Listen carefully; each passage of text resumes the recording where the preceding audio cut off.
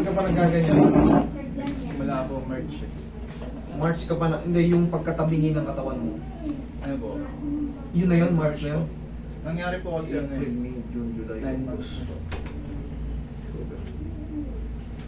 8 months. Ah. Hindi ka bilang yung ano. Ngayon, ano nangyari sa'yo? Ano po eh, sinugod ako sa hospital nung nag-flight ako tapos nung pagaling na po ako. Sinugod ka sa ospital. Bakit ano? Ano po, tonsillitis.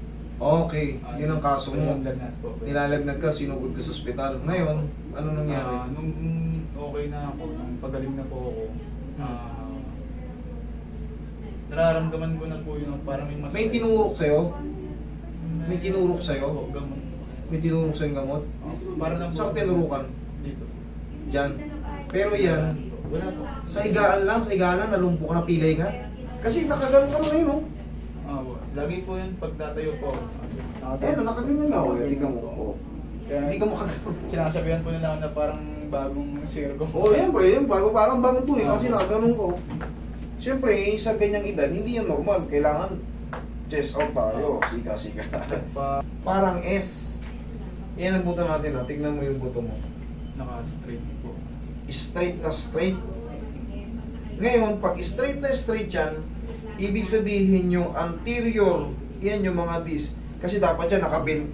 Talagang katawan natin nakapaganyan, no?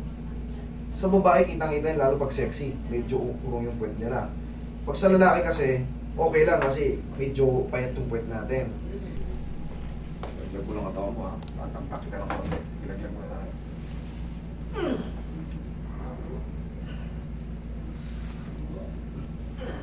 Hindi ka managilid.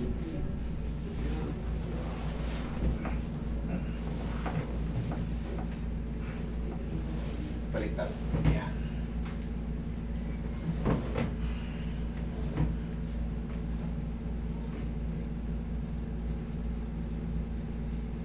Relax na.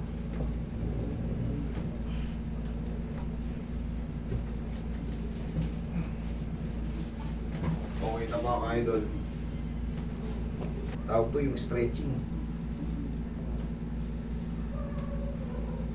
Pero sa tulong ko, mai-straight natin yan. Pero syempre, bata ka pa. Kailangan mo talaga ng mga stretching pa.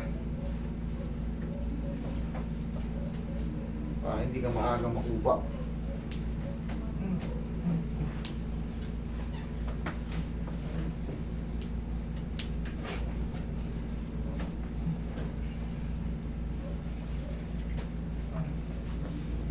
Relax na. Alright, massage mo si Bossing. Inhale. Exhale. Diyan ka lang. Huwag kang tatayo.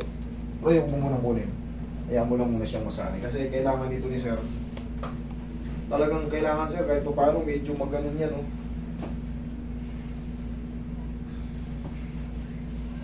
Okay ka lang dyan? Ha? Kailangan yung katawan mo, Sir, kahit pa paano yung spine mo maganon ng konti, oh. Grabe, parang puno na lang yung. Sabi ko, science ako ng tigas daw ng mga sa likod. Kaya, hindi. Palagi may secondary muscle spasm, pero kailangan ma-adjust yan. Yung pinakabuto, yung mga vertebral body, kailangan yan medyo matigas kasi yung daliri ko. Kailangan yan, no? Makikita nyo naman sa anatomy o sa mga ano, kailangan yan nakaganyan. No?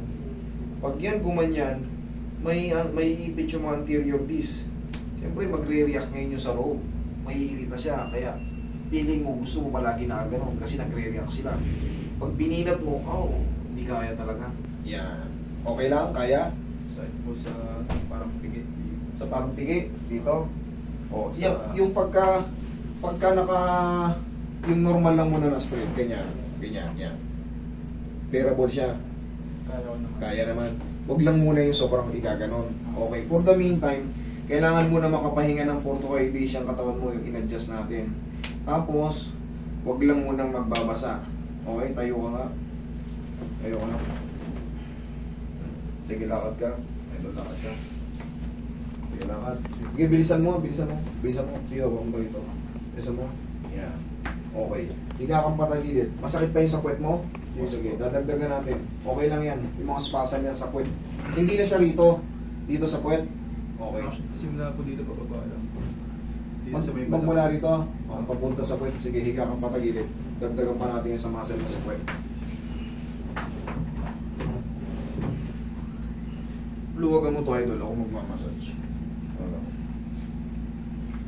Pero ano, idol, makaka-recover ka pa niya. Alam mo bakit? Mabilis pa yung metabolism mo, batang-bata ka pa. Prime mo pa yan. Kaya pa yan. Sundan mo lang ng mga stretching na tinuro ko sa'yo. Sige po. Thank you. Sige, ingat kayo sa biyahe.